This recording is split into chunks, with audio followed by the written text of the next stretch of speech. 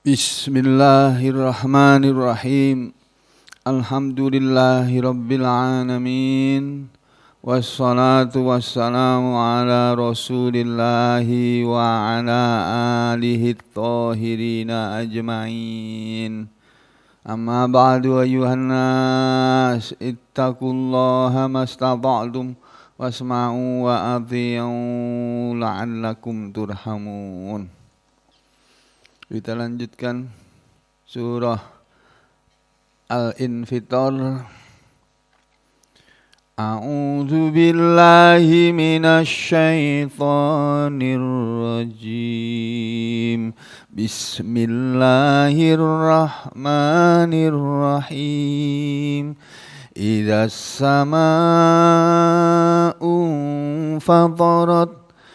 Apabila langit itu telah terbelah, wa idzal kawakibun tasarat, dan apabila bintang-bintang itu telah berguguran, wa idzal biharu fujirat, dan apabila lautan itu telah diluapkan, wa idzal kuburu bu'sirat, dan apabila kubur-kubur itu telah dibongkar, alimat nafsum ma qaddamat wa akharat, mengetahuilah setiap diri apa yang telah dia kerjakan dan apa yang tidak dia kerjakan,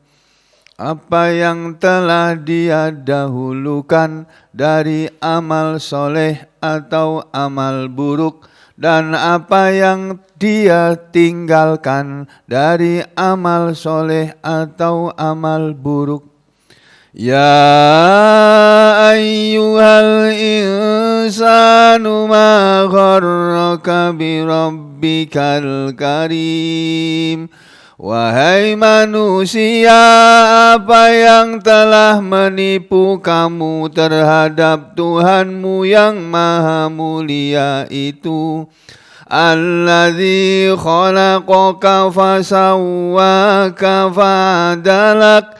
Dialah yang telah menciptakan kamu lalu menyempurnakan kamu lalu menyeimbangkan kamu. Fi ayyi suratim ma syaa rakkabak, di dalam bentuk yang mana apa saja yang telah menghendaki, yang dia kehendaki menyusun tubuhmu. Ini dia double.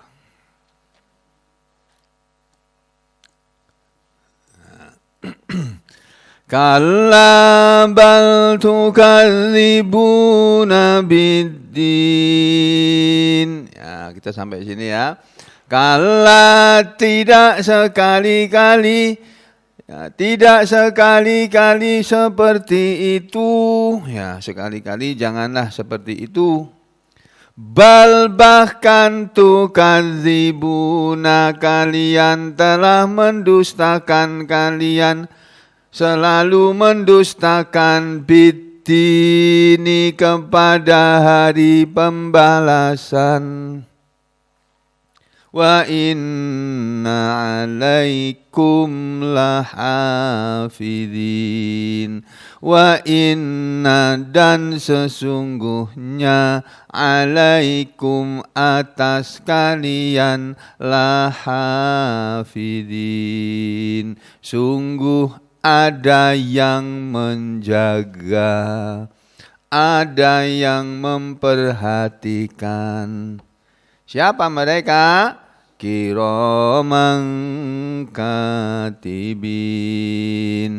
Mereka adalah kiraman, makhluk-makhluk Allah yang mulia, katibin, yang selalu menulis, yang pekerjaannya menulis. ya'lamuna, mereka selalu mengetahui, ma apa saja yang taf'alun, kalian perbuat. Ini mulai dari ayat 9 sampai dengan ayat yang ke-12. Allah bercerita kepada kita bahwa seharusnya kita ini hidup dalam keadaan ingat selalu kepada hari kiamat. Dan karena kita ingat selalu kepada hari kiamat, sebagaimana yang Allah telah sebutkan dari awal surat ini, Allah bercerita dari ayat 1 sampai dengan ayat 4, adalah kejadian yang terjadi pada hari kiamat. Yang setelah terjadi hari kiamat itu, kata Allah pada ayat yang kelima, barulah semua orang, semua manusia menyadari terhadap perbuatan-perbuatannya. Baru sadar dia. Orang kalau lagi nggak sadar tuh kadang-kadang dia berbuat sesuatu, ya berbuat begitu aja. Begitu dia sudah sadar, aduh, kenapa tadi aku begitu ya? Nah, kenapa tadi aku harus begitu? Menyadari. Kalau itu perbuatan yang tidak baik, dia menyesal. Kenapa tadi aku harus begitu? Nah, itulah kurang lebih gambaran dalam surat ini seperti itu. Ya, manusia baru sadar apa yang dia perbuat sehingga menyesallah dia. Yang beriman maupun yang tidak beriman sama menyesal semuanya. Yang beriman, yang tidak beriman jelas mereka menyesal di akhirat sana. Kenapa dia tidak beriman waktu di dunia dulu? Sehingga dia berbuat, beramal dengan amalan yang membuat Allah murka, Allah marah. Yang beriman pun menyesal. Kenapa saya beriman tapi amalanku kok cuma segitu? Kok amalanku hanya seperti itu? Padahal aku bisa lebih dari itu. Ya, ini disebut oleh Allah di ayat yang kelima. Lalu pada ayat yang keenam Allah kembali mengingatkan manusia. Wahai manusia, kenapa kamu sampai tertipu dalam kehidupan duniamu? Tertipu yang seharusnya duniamu kamu gunakan untuk keperluan dirimu, menghadap kepada Allah yang Maha Mulia, tapi kamu hidup lupa cari bekal untuk menghadap Tuhanmu yang Maha Mulia. Padahal Tuhanmu yang Maha Mulia itulah yang telah menciptakan kamu, lalu membuat kamu menjadi manusia yang sempurna, pikirannya sempurna, fadalak, lalu dia menyeimbangkan tubuhmu. Tubuhmu diciptakan oleh Allah dalam keadaan sempurna juga, seimbang. Dan ini memang seimbang. Manusia itu hidup normal kalau dia seimbang. Seimbang antara makan dan minumnya. Seimbang antara tidur dan istirahatnya. Tidur dan kerjanya, istirahat dan kerjanya. Seimbang tubuhnya sendiri, tubuh manusia, tubuh kita ini Pak, semua proses yang terjadi dalam tubuh kita itu seimbang, berjalan imbang. Yang oleh Allah diatur sedemikian rupa sehingga proses-proses kimiawi yang terjadi dalam tubuh kita itu berjalan dalam keadaan seimbang. Ya. Jumlah asam yang ada dalam tubuh kita dengan jumlah basanya seimbang. Yang kalau salah satu melebihi, asam dalam tubuh kita melebihi, akan sakitlah manusia tadi. Sebaliknya juga begitu, kalau asam dalam tubuh kita ini, zat-zat asam yang adalah zat-zat basa yang ada dalam tubuh kita ini melebihi dari yang asam, sakitlah kita. Dan ketahuilah dalam tubuh kita ini ada makhluk yang namanya bakteri. Semua tubuh kita itu mengandung bakteri, ludah kita ini mengandung bakteri. Tapi bakteri yang hidup dalam tubuh kita, baik yang di mulut maupun yang di saluran pencernaan, yang di usus, sepanjang saluran pencernaan, itu jumlahnya seimbang. Sehingga antara bakteri patogen dan bakteri non-patogen jumlahnya sama. Sehingga orang sehat. Kalau tiba-tiba jumlah bakteri yang patogen yang bisa menyebabkan penyakit, itu jumlahnya lebih banyak, maka kita akan sakit. Kalau jumlah yang, atau kalau keadaan sebaliknya ya, dalam keadaan jumlah yang non patogen lebih banyak, itu juga kita nggak beres tubuh kita. Ya, misalnya usus kita, taruhlah usus kita itu ada bakterinya. Kalau bakteri pembusuk yang ada dalam usus kita itu jumlahnya berkurang, maaf, makanan yang kita makan yang sudah sisa harusnya dibusukkan kemudian dibuang menjadi tinja, itu tidak terjadi proses itu. Sehingga orang tidak bisa BAB. Sakit orang. Ya, begitu seterusnya. Belum lagi peristiwa kimiawi yang terjadi di otak manusia. Apalagi otak manusia ini. Otak manusia ini adalah organ tubuh manusia yang paling berharga. Paling menentukan manusianya itu. Di samping sesudah itu jantung, sesudah itu paru-paru, sesudah itu ginjal. Orang sakit ginjal bertahun-tahun baru mati. Orang sakit paru-paru bertahun-tahun baru mati. Orang sakit jantung tidak lama, mati dia. Orang sakit otaknya selesai sudah.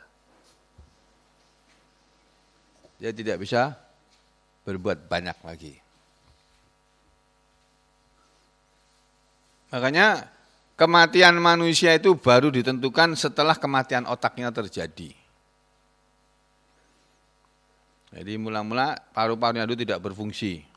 Dicoba dipasang ventilator karena kena corona, COVID-19. Enggak bisa bernapas. Naudzubillah min dzalik, naudzubillah. Summa naudzubillah. Pasang ventilator, bertahan beberapa saat saja. Menurut teori katanya gara-gara dipasang ventilator itu orangnya malah jadi mati. Menurut teori kata sebagian dokternya. Jadi orang COVID jangan dikasih ventilator, jangan sampai kasih kena ventilator. Malah jadi sesak dia, mati malahan. Aduh, terus bagaimana? Tidak dipasang ventilator dia nggak bisa bernapas. Dipasang ventilator malah mati katanya. Bingung manusia. Nah, jadi paru-parunya bisa tertolong mungkin. Habis itu jantungnya lagi gantian, proses jantungnya yang enggak beres. Diperbaiki dengan segala macam obat jantung untuk memperbaiki kerja jantung. Selamat. Tapi kemudian otak. Itu kalau kesembuhan seperti itu. Nah mau mati juga begitu. Mula-mula paru-paru tidak bisa bernapas. Dipompa jantungnya. Karena paru-paru nggak bisa bernapas, jantung kekurangan oksigen, dia nggak bisa kerja lagi, nggak bisa berdenyut, jeduk, jeduk, jeduk, duk, duk, duk, duk, duk, duk, duk, duk, duk. Suara jantung ada suara jantung 1, suara jantung 2. Itu jumlahnya dan berdenyutnya itu harus seimbang antara suara jantung 1 dan suara jantung 2. Jeduk, duk, jeduk, duk, duk, duk, duk, duk, duk, duk. Kadang-kadang ada suara jantung itu duk, duduk, duk, duduk. Duduk, wah ini nggak beres ini. Makanya kalau dokter nempelkan stetoskop di dada orang itu, jangan dikira itu main-main itu. Ada yang main-main memang cuma formalitas juga ada. Ada juga dokter yang kurang ajar gitu. Ya, ya, bisa tutup. Menurut saya tuh gini. Oh, gue. Orang yang nggak tahu itu udah diperiksa dokternya, padahal dia ngapusi itu, ngeramput. Ini direkam nih, dokter dengar ketawa nanti dia. Jadi ada yang didengar sungguh-sungguh. Loh, suara jantungnya kok aneh nih, diperhatikan lagi. Waduh, ini jantungnya nggak beres ini. Nah, gitu. Atau paru-parunya yang nggak beres. Jadi mula-mula paru-paru nggak beres, kemudian jantung nggak beres, mati, paru-parunya nggak berfungsi, jantung nggak berfungsi, itu belum dinyatakan mati sebelum dilihat otaknya. Terakhir dilihat fungsi otaknya. Dokter biasanya akan menentukan dia meninggal atau belum dengan meriksa matanya. Dibuka matanya, di center. Inna lillahi wa inna ilaihi raji'un. Sudah midriasis maksimal kedua matanya. Kanan kiri matanya, pupilnya, orang-orangan mata itu yang hitam itu, di dalam tengah-tengah bulat ini, udah melebar maksimal. Itu sudah mati itu sudah. Jantung pasti sudah enggak berdenyut lagi. Begitu. Jadi saudara, yang namanya otak kita ini, karena kebetulan bidang saya adalah bidang otak dan saraf-saraf yang saya pelajari itu. Jadi otak kita itu pun bekerja seimbang.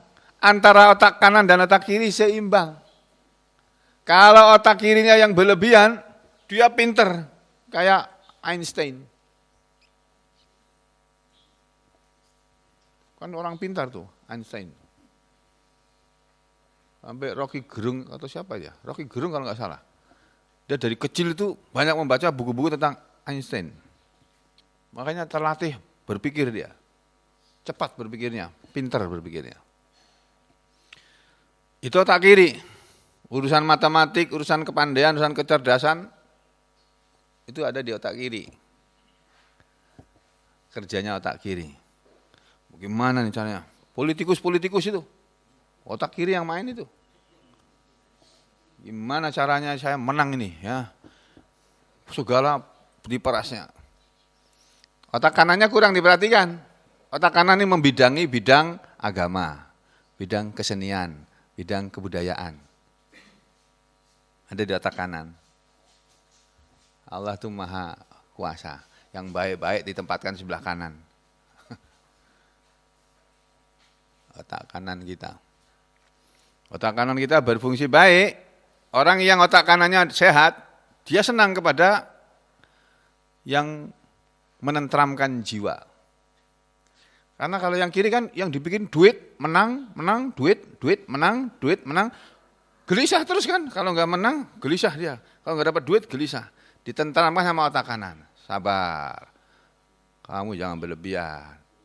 Hidup bukan untuk cari duit aja. Hidup bukan untuk menang-menangan. Hidup itu untuk mencari keselamatan. Kanan yang mengendalikan. Nah, otak kanan bilang baca Quran. Jadi yang membuat orang suka baca Quran itu otak kanan. Yang membuat orang suka nyanyi, bersenandung. Karena menyanyi itu salah satu yang bisa merilekskan badan. Makanya agama Kristen juga begitu. Nyanyi-nyanyi itu udah ibadahnya. Makanya lagu-lagu Mazmur. Konon itu adalah Zabur. Kitab Zaburnya Nabi Daud itu Mazmurnya orang Kristen. Nabi Daud itu bacaan kitabnya merdu sekali suaranya. Nabi Daud. Makanya ketika Nabi Muhammad SAW mendengar sahabatnya membaca Al-Quran, suaranya bagus, Nabi terkagum-kagum. Jadi boleh Pak, muridnya suaranya lebih bagus daripada gurunya, boleh. Nabi Muhammad SAW itu kan guru segala guru. Guru para sahabat beliau. Tapi beliau punya murid yang suaranya merdu. Senang kalau mendengar suaranya. Senang. Kamu bacakan Quran untukku. Ya Rasulullah, a'aqra'ul Qur'ana alaika wal Qur'anu unzila alaik. Ya Rasulullah, pantaskah aku membacakan Al-Quran kepadamu? Padahal Al-Quran turun kepadamu ya Rasulullah. Enggak begitu. Aku senang orang lain yang membacakan Al-Quran kepadaku. Dibaca. Mulai dari Al-Fatihah sampai selesai Al-Baqarah, sampai selesai Ali Imran. Nabi belum nyuruh berhenti Pak, baca terus. Sampai surat An-Nisa, sampai di ayat yang berbunyi, wa kunta 'alaika syahida. Cukup. Beliau nangis. Nabi menangis. Ya. Lalu dia beliau mengatakan, innama sungguhnya kamu sudah diberi oleh Allah serulingnya Nabi Daud. Suaramu bagus. Karena bacanya itu pasti tidak begini Pak. Alimat nafsum ma qaddamat wa akharat. Ya ayyuhal insanu ma gharraka bi rabbikal karim alladzi khalaqaka fasawwaka fa'adalak. Mesti enggak begitu.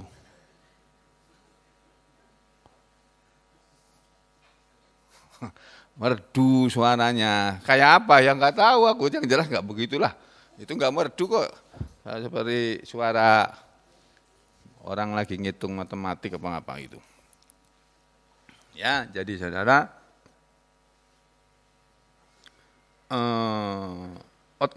seluruh ciptaan Allah itu seimbang. Allah ciptakan dunia ini dalam keadaan seimbang, bahkan manusia pun diciptakan Allah dalam keadaan seimbang. Seluruh organ tubuhnya seimbang bekerjanya. Otak kanan diperhatikan, otak kiri juga diperhatikan. Nah, kebanyakan manusia itu memelihara otak kirinya aja. Yang dipentingkan itu otak kirinya aja, otak kanannya jarang diperhatikan, jarang dikasih makan. Makanannya otak kanan itu ya bacaan Al-Quran, amal-amal soleh. Nah itu. Kalau otak kiri kerjanya bekerja untuk urusan duit, urusan pemenangan pilkada itu otak kiri. Nah gitu Pak. Orang tidak memperhatikan otak kanan, runtuhlah manusia tadi. Ya, jadi Allah Allah berfirman seperti itu. Tubuh manusia diciptakan dalam keadaan sempurna. Demikian juga wajahnya. Fi ayyi suratim ma syaa rakkabak. Ya, dan Dia Allah telah menciptakan kalian dalam bentuk yang mana saja yang Dia kehendaki menyusun tubuhmu. Setelah Allah mengingatkan kepada kita, hei manusia, ingat ya dirimu sendiri. Ingat kamu harus bagaimana dalam hidup ini. Jangan kamu habiskan umurmu dalam sesuatu yang tidak berguna. Nah, makanya kemudian Allah berfirman pada ayat yang ke-9, kalla bal tukadzibuna biddin. Janganlah begitu, bahkan kalian mendustakan kepada hari pembalasan. Ini ayat yang ke-9 yang oleh ahli tafsir Imam Al-Baghawi, beliau menjelaskannya dalam kitabnya seperti ini. Kala sekali-kali jangan begitu, sekali-kali tidak, ya tidak seperti itu mestinya. Omongan kalian maupun perbuatan kalian. Bal bahkan tukadzibuna, kalian itu mendustakan kalian mendustakan biddin, ini kurang biddin ini. Mestinya ada tambahan biddin. Kok bisa hilang? Ya. Jadi kalian itu bahkan kalian itu mendustakan kepada ad-din. Ad-din itu di sini diartikan biddin, diartikan bil jaza. Kalian mendustakan kepada pembalasan atau hari pembalasan, wal hisab dan hari perhitungan amal. Kalian berbuat tapi tidak pernah memperhitungkan. Ini nanti di akhirat akan membuat aku dalam perhitungan amalku menguntungkan atau merugikan. Itu. Dia tidak pernah mikir seperti itu. Manusia yang tidak terkendali oleh iman. Ya, lalu dalam tafsir Ibnu Katsir dikatakan maksud ayat ini yaitu kallat bal tukadzibuna biddin. Janganlah begitu wahai manusia, bahkan tukadzibuna biddin. Kalian mendustakan kepada hari pembalasan. Bahkan innama sesungguhnya tiada lain yahmilukum, membawa kepada kalian ala muwajahatil karim, kepada menghadap Allah yang maha mulia, wa muqabilatihi dan menghadap kepada Allah dalam hidupnya bil ma'asi dengan perbuatan maksiat. Jangan begitu. Mendustakan kepada agama maksudnya janganlah kalian mendustakan kepada agama, maksudnya janganlah kalian berbuat dalam hidup ini yang perbuatan kamu itu akan membawa dirimu menghadap kepada Allah di akhirat nanti atau menghadap kepada Allah di dunia ini dengan perbuatan maksiat. Jangan begitu. Karena kalau kamu begitu itu artinya takdzibun, ada pendustaan fi qulubikum di dalam hati kalian bil ma'adi kepada hari kembalinya manusia ke akhirat, wal jazai dan hari pembalasan, wal hisabi dan hari perhitungan amal. Jadi ayat ini saudara mengajarkan kepada kita setiap kali kita berkata atau berucap, hendaknya ucapan kita atau perkataan kita itu perkataan dan atau ucapan yang menghasilkan kebaikan di akhirat sana. Itulah sebabnya saudara kita dianjurkan oleh Rasulullah SAW untuk membaca Al-Quran. Dan beliau setiap hari pun membaca Al-Quran. Rasulullah SAW itu sehari 2 juz atau 3 juz, Pak. Dan beliau memerintahkan sahabatnya itu. Tidak boleh, boleh kamu lebih dari itu. Khatam Al-Quran. Tapi tidak boleh menghatamkan Al-Quran dalam waktu sehari. Tidak boleh. Paling cepat atau paling apa ya. Ya pokoknya maksimal kamu hanya boleh menghatamkan Al-Quran dalam 3 hari. Jadi sehari 10 juz. 2 hari 20 juz, 3 hari 30. Itu aja udah. Lebih dari itu enggak boleh. Kurang dari itu malah boleh. Ya. Nah kita gimana Pak? Yang 3 hari juga enggak, yang 7 hari juga enggak, yang 30 hari juga mungkin enggak. Ya. Iya, astagfirullahaladzim, ya Allah ya Rahman ya Rahim. Begitu kok mau masuk surga, astagfirullah. Ya Allah ya Rahman ya Rahim, Masya Allah, Masya Allah. Kalau bukan karena kasih sayang Allah, kalau bukan karena belas kasih Allah, kata orang Kristen kasihnya Allah gitu ya.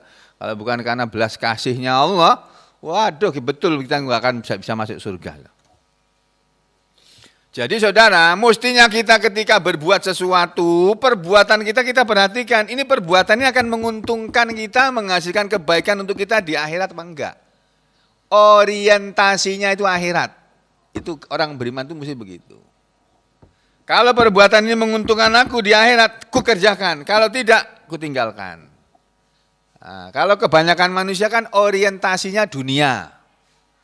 Kebanyakan manusia, aktsarun nas. Kebanyakan manusia itu layak kilun, nggak paham mereka, nggak ngerti. Aktsarun nas layak lamun, kebanyakan manusia itu tidak tahu kepada kebenaran.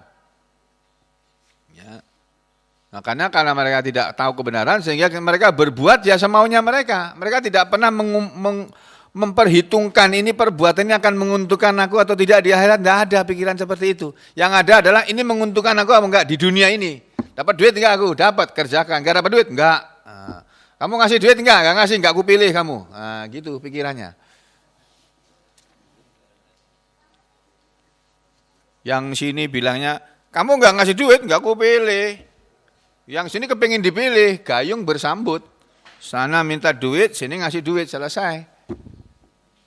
Perkara menang atau kalah urusan belakang. Ya. Jadi saudara semuanya, marilah kita belajar mulai sekarang ya, mumpung kita belum pada mati nih. Ini nanti sebentar lagi siapa yang mati ya? Belum ada tanda-tandanya ada yang mati ya ini. Masih pada waras semua, masih pada sehat semua. Alhamdulillah. Tapi ya belum tentu loh orang sehat tuh enggak mati. Orang sehat tiba-tiba ada orang berkali-kali, hah meninggal? Maka kemarin aku baru ketemu si Din itu. Nah iya kemarin ketemu sekarang mati. Mau apa kamu? Waktunya habis sudah kok. Nah, kalau yang ngantuk-ngantuk itu enggak mati Pak, itu tidur itu.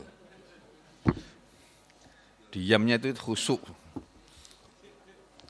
Jadi mestinya ketika kita berbuat sesuatu, ini menguntungkan kita enggak di akhirat gitu loh, selalu begitu harusnya. Menguntungkan kita, menghasilkan pahala, kebaikan kita kerjakan. Walaupun itu kelihatannya remeh, kelihatannya sepele. Melihat masjidnya kotor, bersihin, enggak pakai disuruh itu. Kalau orang beriman loh Pak. Tapi kita semua kayaknya enggak beriman deh ini. Lihat masjidnya kotor dibiarin aja itu. Itu parit-parit, aku itu lihat parit ini kok kotor banget ya. Ada apa itu namanya itu bungkus-bungkus aqua itu loh. Ya aqua gelas ini sampahnya di dalam parit. Aduh. Ini kalau enggak dibersihkan ini buntu ini selokan banjir. Betul Pak, malam harinya banjir. Hujan banjir itu depan belakang rumahku itu. Penuh ini kutumben nih. Selama aku di sini menetap sini kalau nggak salah 3 tahun. Menempati rumah ini 3 tahun sejak 2016 akhir itu ya. Itu aku belum pernah tuh hujan itu di sini banjir kan ini belum pernah itu baru beberapa hari kemarin. Innalillah, kok bisa begini ya? Ini ada yang nggak beres ini. Ternyata betul Pak, tersumbat itu mengidim hujan-hujan sibuk. Nah, mestinya sebelum hujan tuh dibersihin tuh parit-parit. Nah kita lama nggak kerja bakti Pak. Hari Ahad itu mestinya kerja bakti, bersihkan masjid, baru makan. Tapi kita makan aja terus pulang kotoran ditinggal.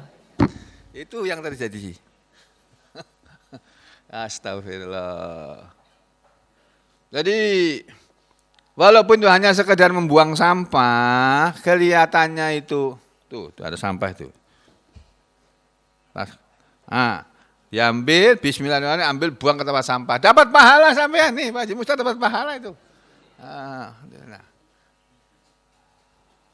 Itu dapat pahala Pak. Apalagi yang dibuang itu yang sesuatu yang membahayakan orang di jalanan. Tambah gede lagi pahalanya. Ya, jadi mestinya kita seperti itu ya. Jangan lupa bahwa hidup ini akan berakhir. Dan Allah kemudian mengingatkan, wa inna alaikum lahafidhin, dan sesungguhnya atas kalian sungguh ada yang menjaga. Maksudnya yang dimaksud dengan lahafidhin kata Imam Al-Baghawi, yang menjaga di sini maksudnya rukoba'a, ada rukoba. Rukoba itu bentuk kata jamak, bentuk isim jamak, jamak taksir dari isim mufradnya, kata tunggalnya itu rokibun.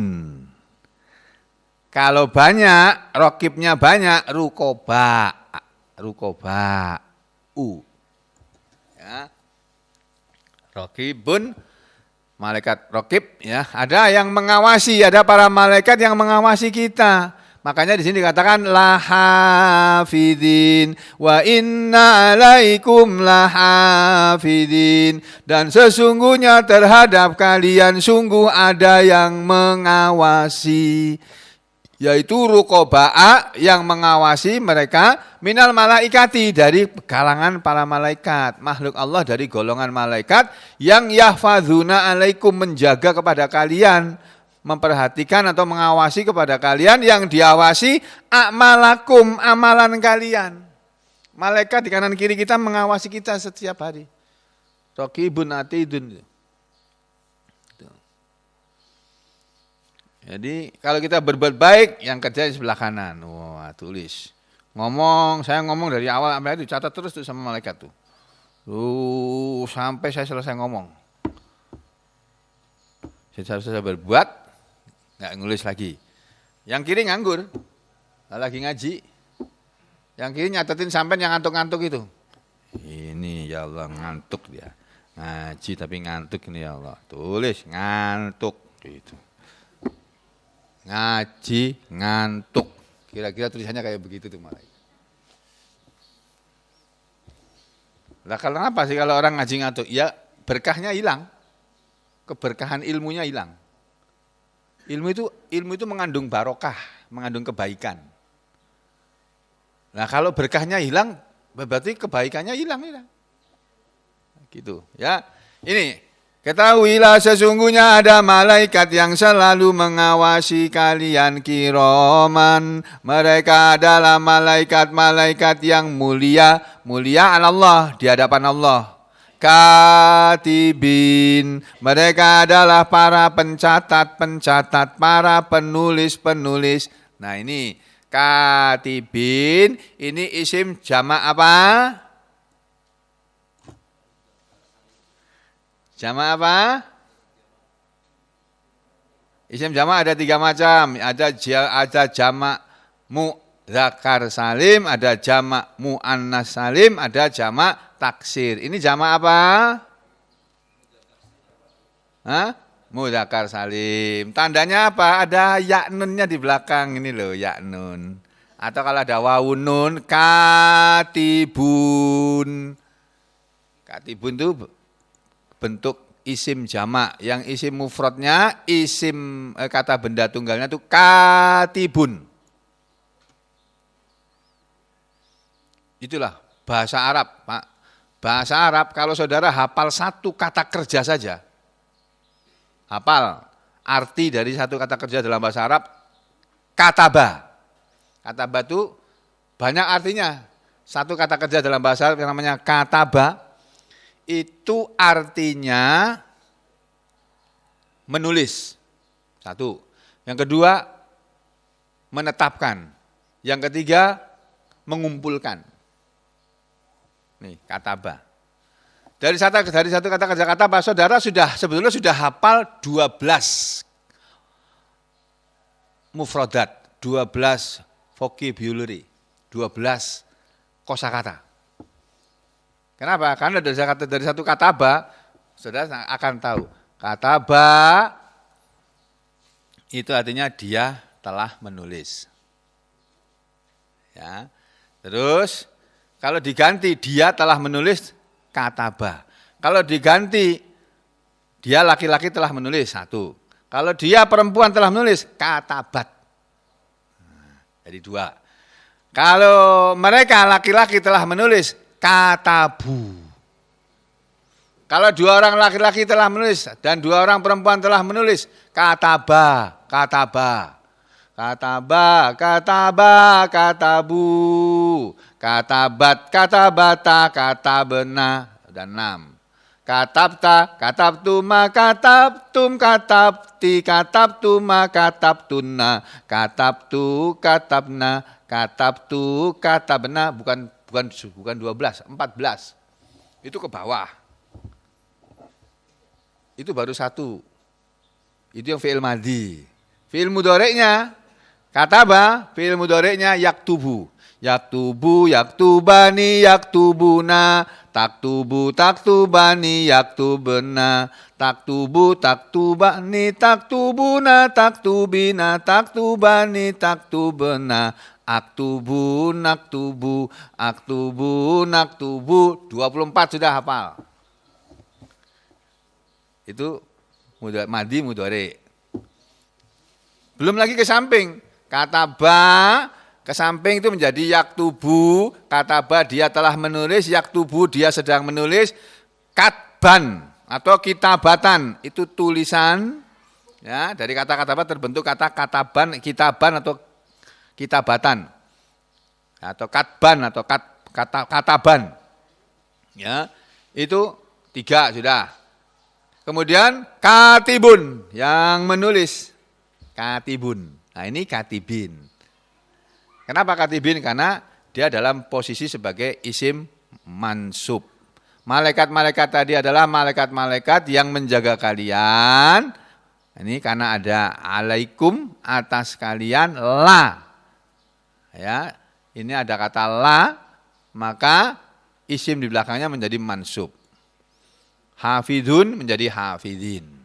Katibun menjadi katibin. Nah, terus kiromun menjadi kiroman.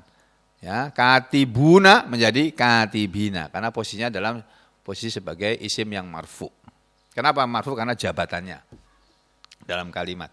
Jadi dari kata kataba yaktubu, katabatan atau kitabatan, kemudian katibun 4, kemudian maktubun, katibun itu yang menulis, maktubun yang ditulis 6, 7, maktubun ya, maktubun, kemudian uktub, tulislah. Saya ulangi, kataba, yaktubu, kemudian kitabatan atau katabatan atau kitaban ya, itu masdarnya. Kemudian katibun, kemudian maktubun, kemudian uktub, tulislah. La taktub, jangan kamu tulis. Terus maktabun, maktabun itu tempat menulis. Tempat menulis atau waktu menulisnya. Dah, itu. Berapa ini? 9. Belum lagi nanti di majhulnya. Kutiba sama yuktabu. Kataba berubah menjadi kutiba kalau majhul. Yaktubu menjadi yuktabu. 12. Itu satu kata aja. Udah berapa tadi itu? Ke bawah 14, ke samping 12. Nah, demikian juga kata-kata yang lainnya. Itu Pak.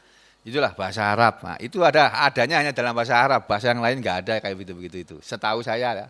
Aku dulu pernah belajar bahasa Jerman juga, walaupun udah lupa sekarang. Ya. Bahasa Belanda sedikit-sedikit juga sudah lupa sudah. Apalagi bahasa Jepang nggak pernah belajar. Ya, huruf kanji tulisan Jepang itu nggak bisa baca. Tapi tidak seperti bahasa Arab, tetap hebat, lebih hebat, paling hebat itu bahasa Arab. Itulah sebabnya Allah memilih bahasa Arab sebagai bahasa kitabnya yang terakhir turun. Ya, jadi sesungguhnya di atas kalian itu ada malaikat yang menjaga, mengawasi. Mereka adalah malaikat-malaikat yang memulia. Mereka adalah malaikat-malaikat yang selalu mencatat, yang menjadi pencatat. Yakni yaktubuna, mereka selalu mencatat aqwalakum, perkataan-perkataan kalian, wa a'malakum, dan perbuatan-perbuatan kalian. Ini tafsir Al-Baghawi. Tafsir Ibnu Katsir sama.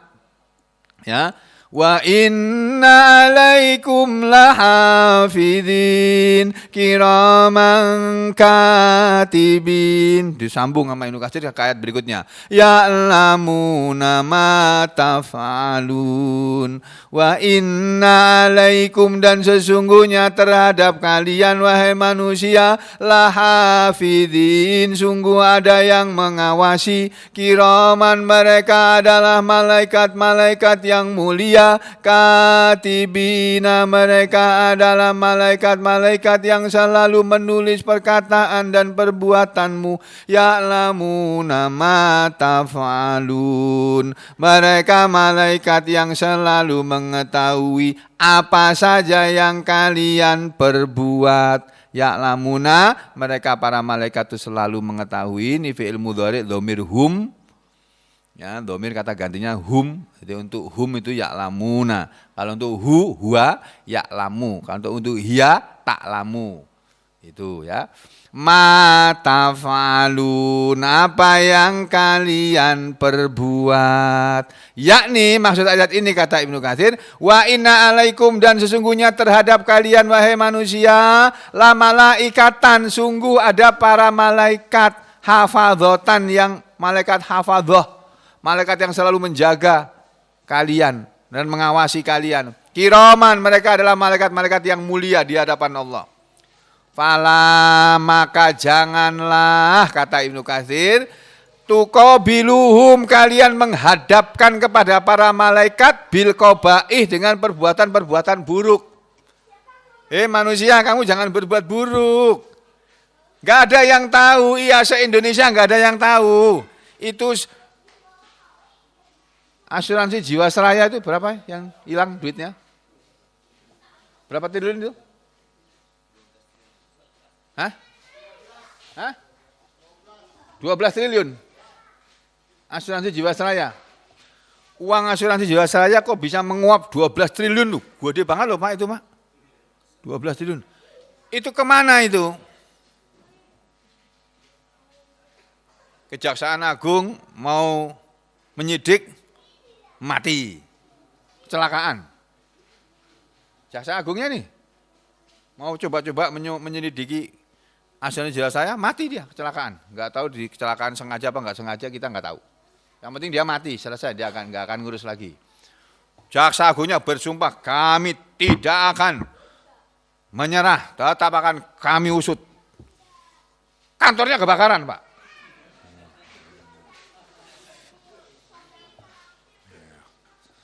Udah begitu tetap Jaksa Agungnya tetap ngomong, walaupun langit runtuh, tetap akan kita tegakkan keadilan. Jaksa Agungnya. Tapi sampai sekarang nggak ada berita lanjutnya. Ya, jadi begitu Bapak Ibu dan saudara sekalian. Manusia bisa menutup-nutupi kemana itu 12 triliun uang negara itu menguap. Lalu Presiden membuat kebijakan untuk menalangi. Pakai uang apa itu namanya kemarin itu? Ya. Pakai uang apa gitu, pokoknya ditutupkan 22 triliun. Masya Allah. Dengan sanda tangannya saja jret gitu, Menteri Keuangan mengeluarkan 22 triliun, ya kasih ke sana. Itu loh kekuasaan itu loh pentingnya itu loh. Makanya sampean kalau punya kekuasaan, gunakan kekuasaan itu untuk yang baik, jangan untuk yang buruk, yang jahat, jangan. Mumpung berkuasa. Kasih tahu Bu Rambat nanti ya, bagus ya. Kalau menang. Nah. Atau kasih tahu Pak Haliki Nur, ini ada tim suksesnya juga sini nih. Kasih tahu Kak Haliki Nurul. Atau kasih tahu Pak Rudini, wah ada juga pendukungnya di sini. Macam-macam di sini Pak. Saya persilakan, terserah kau pilih yang mana. Nah. Aku nggak boleh berpolitik, aku masih tercatat sebagai ASN mantan. Masih tercatat sebagai ASN. Jadi saudara sekalian, kalau saudara diberi kekuasaan, gunakan tanda tangan kekuasaan kamu itu untuk sesuatu yang baik. Ingat tanda tanganmu itu sampai di akhirat itu nanti berlakunya itu. Urusannya sampai di sana berlakunya. Enggak cuma di dunia ini saja. Nah, ini ya. Jangan kamu hadapkan, kata Ibnu Katsir, kepada malaikat yang ada di sekitar kamu dengan perbuatan buruk. Fa innahum, karena sesungguhnya mereka para malaikat itu yaktubuna, mereka selalu menulis alaikum terhadap kalian. Apa yang mereka tulis? Jami'a a'malikum, semua amal-amal kalian. Kata Ibnu Katsir, penjelasannya begitu ini, ayat ini. Lalu Ibnu Katsir menyampaikan sebuah hadis. Qala Ibnu Abi Hatim, telah berkata Imam Ibnu Abi Hatim, salah seorang perawi hadis, sama seperti Bukhari. Tapi beliau lebih banyak berbicara tentang hadis-hadis tentang yang berhubungan dengan tafsir. Qala, telah bersabda Rasulullah sallallahu alaihi wasallam. Rasulullah bersabda, akrimu al-kiram al-katibin, akrimul kiram al-katibin. Akrimu, kalian muliakanlah al-kiram, mereka yang mulia-mulia itu, yakni para malaikat yang mulia-mulia. Al-katibin, mereka para malaikat yang selalu menulis atau mencatat amal-amal kalian. Muliakanlah mereka. Alladzina, mereka adalah orang-orang malaikat-malaikat yang la yufarikunakum. Mereka para malaikat yang mulia yang selalu mencatat perbuatan kamu, kata Rasulullah. Mereka itu tidak pernah meninggalkan kamu. Kamu terus kemanapun kamu pergi, diikuti terus oleh dua malaikat tadi. Diawasi terus. Untuk setiap manusia ada satu malaikat di kanannya dan ada satu malaikat di kiri. Lah kalau manusia 1 miliar, ya berarti 2 miliar malaikat. Kalau jumlah manusia di dunia ini ada 7 miliar, berarti malaikatnya 14 miliar. Makanya makhluk yang namanya malaikat itu lebih banyak daripada manusia. Demikian juga bangsa jin lebih banyak jumlahnya daripada manusia, karena mereka nggak ada yang mati. Nah, manusia sudah banyak yang pada mati. Jin itu nggak bisa mati, nah matinya nanti di hari kiamat. Para malaikat itu, kata Rasulullah, mereka tidak pernah memisahi kamu, nggak pernah meninggalkan kalian semua. Illa, kecuali malaikat itu yang selalu mengawasi kamu, baru meninggalkan kamu inda, di saat ihda, salah satu halata ini dari dua keadaan, dari dua hal. Yaitu al-janabati wal ghaiti. Ketika kamu dalam keadaan junub dan ketika kamu dalam keadaan buang air. Ketika kamu pamit buang air besar atau buang air kecil, itu malaikat enggak ngikuti kamu. Ketika kamu mandi, malaikat itu enggak ngikutin kamu lagi sudah. Berpisah dengan kamu. Karena malaikat mulia enggak mau ngelihat kamu pipis kencing, itu enggak mau dia. Mau lihat kamu beol itu enggak mau. Beol sudah itu urusan dia, nah enggak aku catat. Mau beolnya ganal apa kecil apa besar apa normal apa enggak normal. Terserah itu. Mau mengejan susah apa gampang, itu urusan dia. Salahnya dia makan sembarangan, ya mencret misalnya begitu. Enggak ditulis oleh malaikat tuh ketika manusia buang air besar atau buang air kecil, atau ketika dalam keadaan junub. Wah, ini tuh kan ini mau datangi istrinya, ini tutup bukunya. Malaikat nunggu sampai kelar.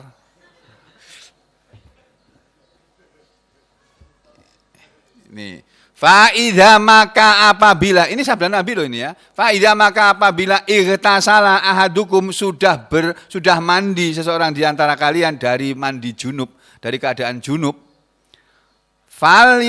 Maka apabila, Nabi mengatakan faida ightasala ahadukum, maka apabila seseorang di antara kalian mandi, falyastatir, maka hendaknya dia menutup dirinya.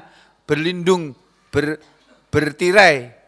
Bi harami haitin dengan tirai yang menutupi. Au bi ba'irihi atau dengan berlindung dengan ontanya. Kalau kamu buang air kecil atau buang air besar di padang pasir, kamu jangan perlihatkan kamu sedang kencing atau sedang berak, jangan sampai dilihat orang. Itu Nabi mengajari kita gitu loh Pak. Sopan santun dalam buang air kecil maupun buang air besar, itu Nabi kita mengajari. Jangan sampai kamu berak, berak dan kencing kelihatan orang, jangan sampai. Masya Allah Pak. Sering kita dapatkan di tengah jalan Pak. Ada orang kencing itu Pak berdiri dengan gagah perkasanya dia. Astagfirullah. Padahal Nabi ngajari nggak boleh begitu.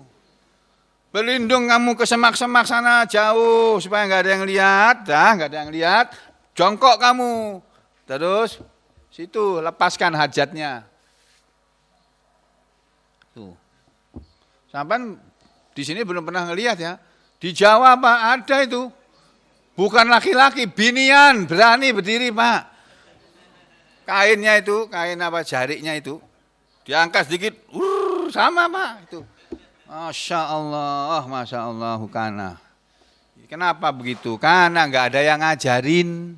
Jadi kita diajari oleh Islam itu segala hal. Sampai cara kencing, cara berak pun kita diajari oleh ajaran Islam ini.